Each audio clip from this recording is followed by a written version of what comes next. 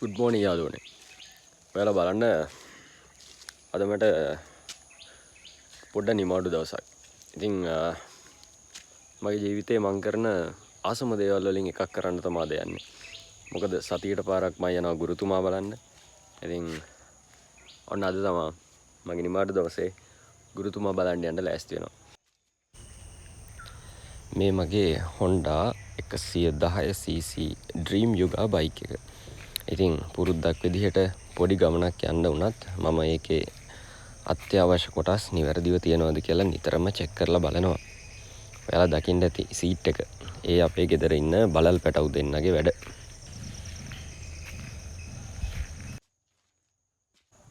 සිදු බෝලේ. ඉතින් කොහමද ඉතින් ඔප්පා. අද නාන්න දවල් වෙලා නාගන්න අයියත් එක්ක අයියට කියලා නාගන්න. ඕ ගඳයි දාසල තෙමිලා ඉඳලා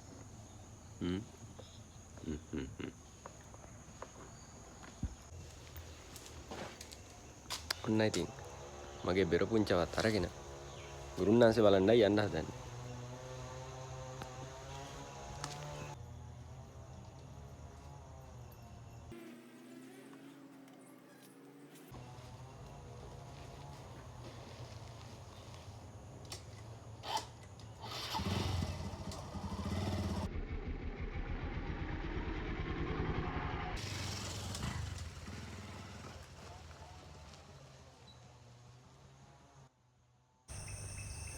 ඔන්න ඉතින් ඔයාලා කියන්න එපා මං ස්ටෑන්ඩ් එක ගහගෙනම ගියා කියලා.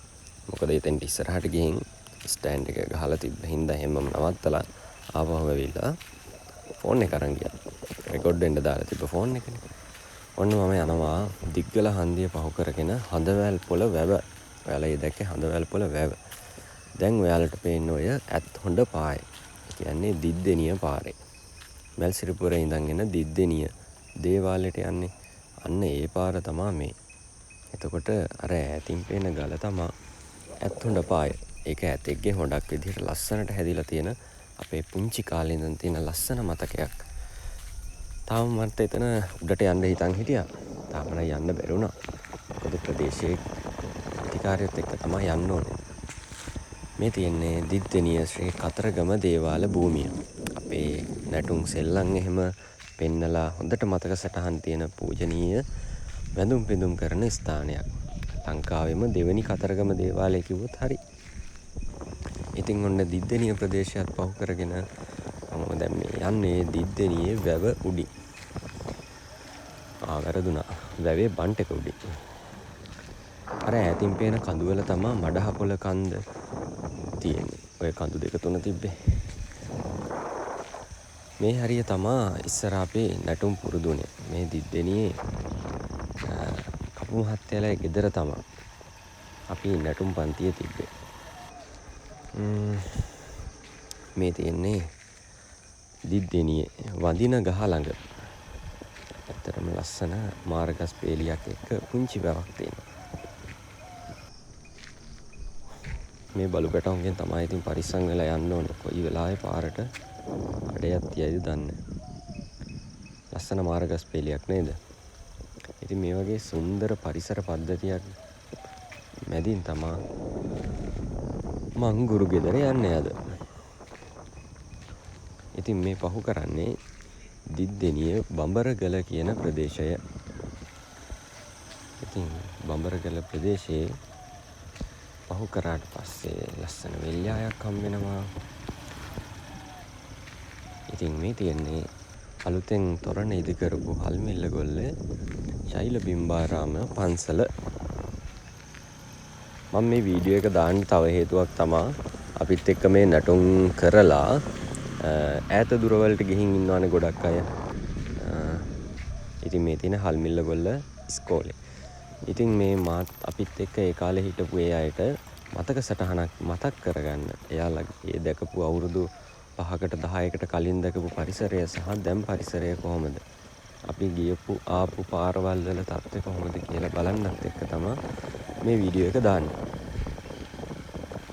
ඉතින් මේ යන්නේ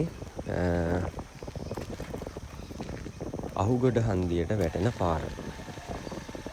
දිද්දිනියේ හල්මිල්ල ගොල්ලේ ඉඳන්. මේ හරිය ඔයාලා දන්නවා. එතන ගල් පොත්තක් උඩින් ගිහිල්ලා තමයි යන්නේ. මේක කෙටි පාර. ෂෝට් කට් එක අපේ. මතක කට්ටිය කමෙන්ට් එකක් දාන්න පහලින්. මේ පාර ඉතින් අපි බයික් වල නෙමෙයි ඉස්සර ගියේ. බයිසිකලේ පැදගෙන තමයි ගියේ. මේ තියෙන්නේ හැමෝම දන්න අහුගොඩ හන්දිය. නෙල්ලිය පන්සල තියෙන්නේ මෙතෙන්ට වම් අත පැත්තේ. දැන් අපි මේ යන්නේ කුඹුග්ගැටේ ටවුන් එක පැත්තට. මේ තියෙන්නේ අලුත දාපු සුපර් මාකට් එකක්. ධර්මිටිපොළ සුපර් මාකට්. ඇත්තටම කාලේ අලුත් වෙනවා ඉක්මනට. අවුරුදු 5කින් විතර ගොඩක් අලුත් වෙලා තියෙනවා පරිසරය. දැන් අපි මේ ටික ලං වෙන්නේ අහුගොඩ හන්දිය පහු කරලා. මේ තියෙන වෙල්ගාල ක්‍රීඩාංගණය. එතන මට කැමරාව හරවන්න බැරි වුණා. දැන් අපි මේ ඉලුක්වත් වීරවිකුම් කලායතනය. කුරුණෑගල ප්‍රදේශයේ තියෙන ජ්‍යෙෂ්ඨ කලායතන වලින් එකක්. ඇත්තටම ක්‍රියාකාරීම මට්ටමේ තියෙන කලායතනයක් කිව්වොත් මම නිවැරදි.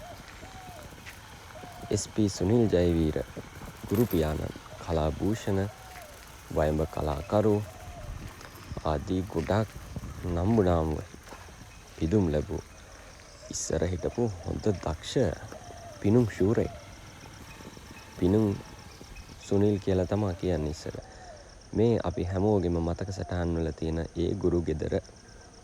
ඉතින් හැමදාමත් සිනාමුසු මුහුණෙන් පිළිගන්න සර්ගේ හිනාවත් ඔයාලා අහලා බලන්නකෝ.